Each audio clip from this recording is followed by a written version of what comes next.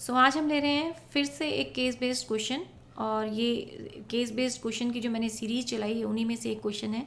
सो यहाँ पर पहला आ रहा है ऑप्टिक्स पर ही है, ह्यूगन प्रिंसिपल पर है। तो कहता क्वेश्चन क्या कहता है, पढ़ते हैं। ह्यूगन principal is the basis of the wave theory of the light. Each point on the wave front act as a fresh source of disturbance and called as a secondary waves or wavelets. The secondary wavelets spread out in all the direction with the speed of light in the given medium. An initial parallel cylindrical beam. Okay तो यहाँ से I think इससे पहले का जो सारा definition part था, जो बेसिक हमारा कॉन्सेप्ट होता है, उसी के बारे में बताया। क्वेश्चन यहाँ से शुरू हो रहा है, आई गेस।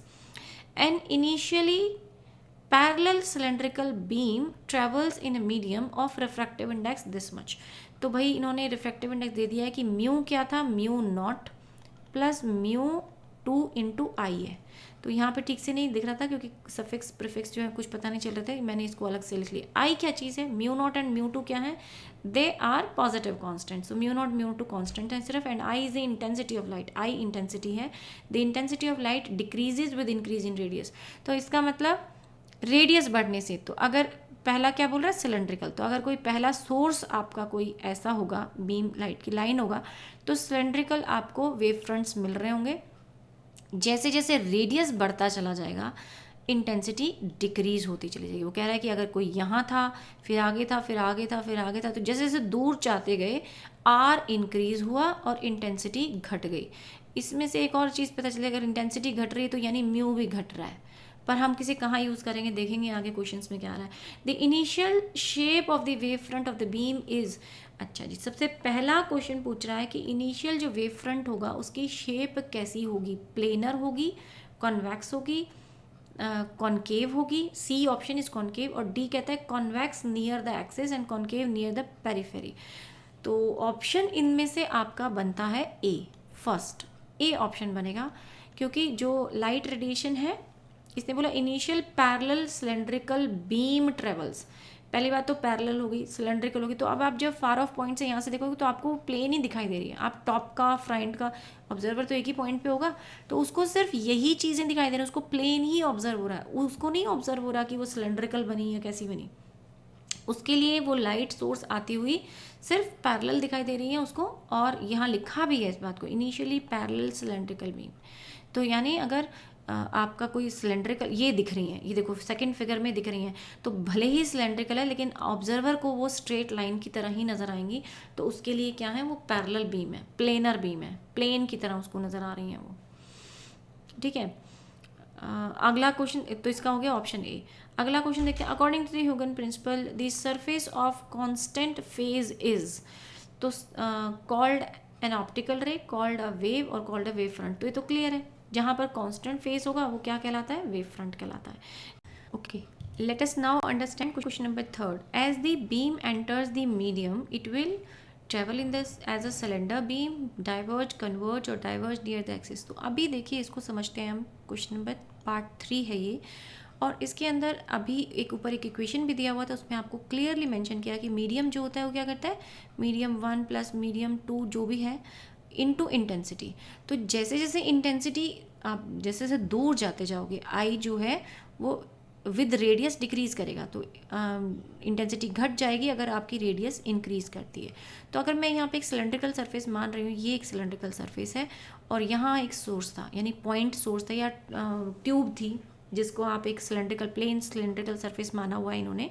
मैं एक बार दिखाती हूँ, क्वेश्चन में लिखा हुआ, यस, इनमें पूछा है दीदी an an initial parallel cylindrical beam. तो जो बीम ले रहे हो वो आप पैरेलल ले रहे हो, और वो कैसे सोर्स है, सोर्स कैसे सिलेंड्रिकल बीम है वो, तो यानी कि सोर्स कोई प्लेन लाइन की तरफ फॉर्म में रहा होगा, उसकी तरह से सिलेंड्रिकल सोर्स आ रहा होगा। तो यहाँ पर मैंने एक सिलेंड्रिकल सोर्स माना कि ये सिलेंड्रिकल सोर्स था, तो उसको इस तरीके से प्लेन, दूर से देखोगे तो प्लेन दिखेंगे, लेकिन ऊपर टॉप व्यू से देखेंगे तो आपको एक कर्व दिख रहे हैं। तो अगर जैसे जैसे हम मीडियम में जा रहे हैं, तो इनिशियली तो एक्सेस पे रही, पर जैसे उस रेडियस के अलोंग आप ट्रेवल करते चले जाओगे तो आगे आगे जाते जाते इंटेंसिटी क्या हो रही है, कम हो रही है। तो जब इंटेंसिटी कम हो रही है तो एक तरीके से हम लाइट कहाँ ट्रेवल कर रही है, लाइट ट्रेवल कर रही है डेंसर से रेयरर की तरफ, क्योंकि पास जब था, सोर्स पास था तो म्यू ज़्यादा था, और जब सोर्स दूर हो गया, यानी सोर्स से आप दूर होते होते चले गए, तो दूर जाने पर जो मीडियम था वो रिफ्रैक्टिव इंडेक्स वो कम हो गया, यहाँ कम हो गया, यहाँ रिफ्रैक्टिव इंडेक्स ज़्यादा था।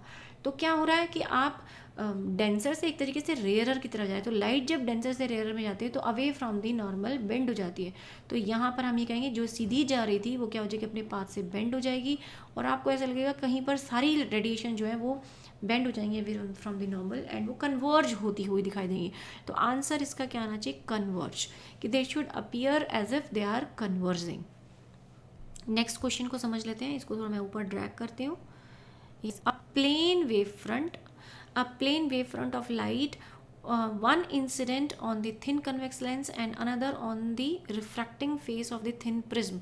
After refraction at them the emergent wave front represented by okay, तो इन्होंने दो केसेस दिए हैं कि एक कन्वेक्स लेंस लिया आपने और उस पर आपने कैसी लाइट की है, टू प्लेन वेव फ्रंट, तो हमने इस पर प्लेन वेव फ्रंट ऐसा इंसिडेंट कर दिया।